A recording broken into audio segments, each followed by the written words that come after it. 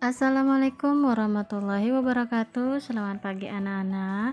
Baiklah, kita hari ini akan belajar tema 3, subtema 2, pembelajaran 2 ya. Tetap dengan Ibu Ocha. Baiklah, kita masuk di pembelajaran kedua. Tahukah kamu siapakah penemu jam? Apa manfaat dari temuannya untuk kehidupan sehari-hari? Penemuan jam mekanik ya. Tahun 1430 masyarakat Eropa mengenal jam dengan menggunakan pegas ya. Tahun 1656 terjadi perkembangan yang pesat dengan ditemukannya jam lonceng. Pada jam ini sudah terdapat jarum petunjuk menit. Tahun 1920 ditemukan jam saku yang kemudian ditemukannya jam tangan. Itu ya riwayat dari penemuan jam. Manusia terus melakukan inovasi untuk memiliki petunjuk waktu yang semakin tepat dan dapat digunakan sesuai kebutuhan pribadi. Sekarang teknologi jam sudah jauh berkembang. Selain jam mekanik, ada pula jam elektronik ya. Elektronik seperti jam digital ya, banyak ya contoh jam digital. Manusia kemudian dapat menggunakan berbagai pilihan teknologi petunjuk waktu sebagai pedoman waktu pribadi dalam melakukan kegiatan dalam sehari-harinya. Oke, mengapa penemuan jam berkembang dari waktu ke waktu? Karena jam menjadi patokan waktu sehingga terus dikembangkan agar mampu menunjukkan waktu yang lebih akurat dan tepat. Apa manfaat jam dalam kehidupan sehari-hari? Sebagai penunjuk waktu ya. Nah, dari pembahasan tadi dapat kita simpulkan bahwa jam adalah pengukur waktu yang sangat erat dengan kehidupan manusia. Dengan adanya jam, kita dapat menentukan waktu untuk melakukan aktivitas. Dengan mengatur waktu yang baik, kita menjadi pribadi yang disiplin waktu. Membantu Siti tepat waktu. Siti selalu menggunakan jam untuk mengatur kegiatan sehari-hari. Siti bangun pagi pukul 05.00 pada setelah ibadah dan mandi. Siti sarapan pagi. Siti berangkat sekolah pukul 6. Siti berangkat sekolah dengan berjalan kaki karena jarak rumahnya yang tidak terlalu jauh. Siti menempuh perjalanan 20 menit. Bel masuk sekolah pukul 6.45. Siti hampir tidak pernah terlambat untuk datang ke sekolah. Ia berusaha untuk disiplin datang tepat waktu ke sekolah. Siti pulang sekolah pukul 14. Ia langsung pulang ke rumah. Sesampainya di rumah, Siti istirahat. Pukul 16 Siti mandi. Setelah ibadah dan makan malam, Siti pun belajar. Ia belajar pukul 19.00 sampai 23.00. Ia mengerjakan PR, belajar untuk materi esok hari atau belajar untuk persiapan tes. Siti juga mengumpulkan tugas-tugasnya tepat waktu. Siti melakukan kegiatan sehari-harinya dengan teratur.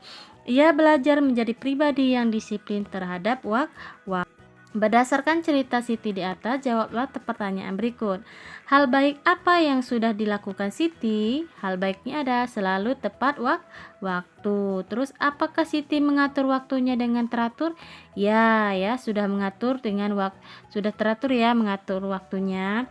Mengapa Siti mengatur waktunya dengan teratur? Karena agar menjadi pribadi yang disiplin terhadap waktu. Apa manfaat yang Siti dapatkan ketika ia mengatur waktunya dengan teratur? Tidak pernah terlambat datang ke sekolah.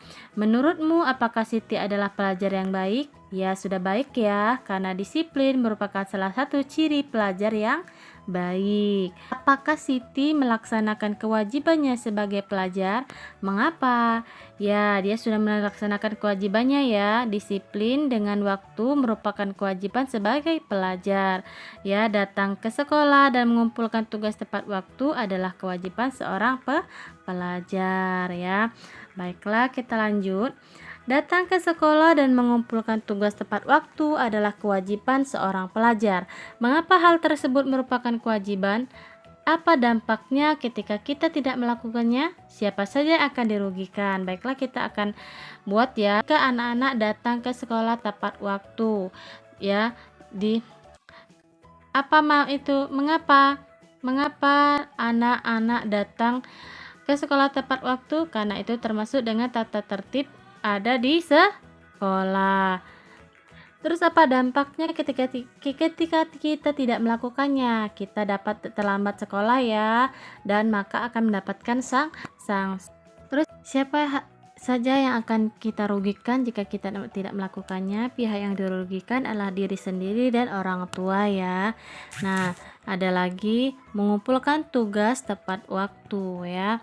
Itu mengumpulkan tugas dengan tepat waktu merupakan aturan yang harus ditaati, dan jika dilanggar akan ketinggalan pelajaran, nilai jelek, tugas menjadi menumpuk, dan pihak yang dirugikan yakni diri sendiri, guru, dan orang tua. Maka dari itu anak-anak harus tetap rajin ya, datang ke sekolah tepat waktu. Oke, lanjut.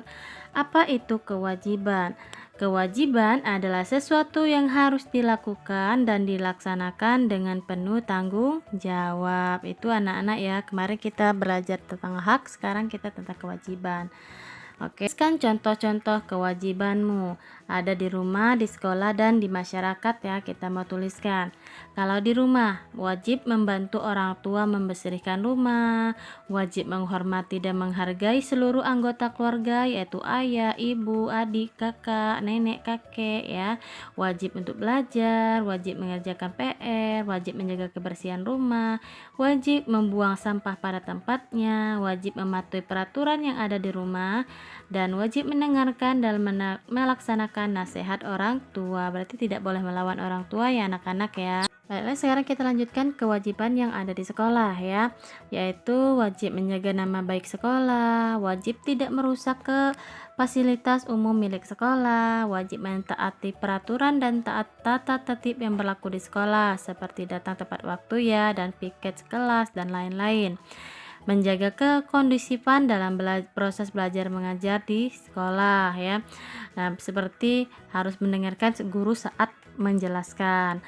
Terus menghargai serta menghormati seluruh warga sekolah, seluruh warga ya, mau guru maupun staf dan teman-teman harus tetap dihargai dan dihormatin ya.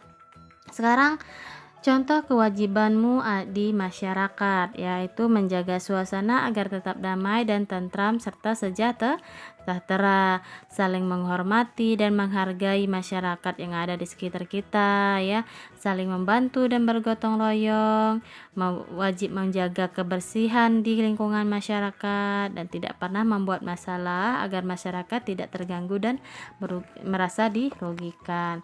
Ya, itu adalah contoh-contoh kewajibanmu di rumah, di sekolah, dan di masyarakat. Ibu harap anak-anak bisa melakukannya ya, kewajibannya, karena hak-hak anak-anak sudah dipenuhi. Thanks for watching. See you next video. Jangan lupa untuk di subscribe, like, share, dan komen ya.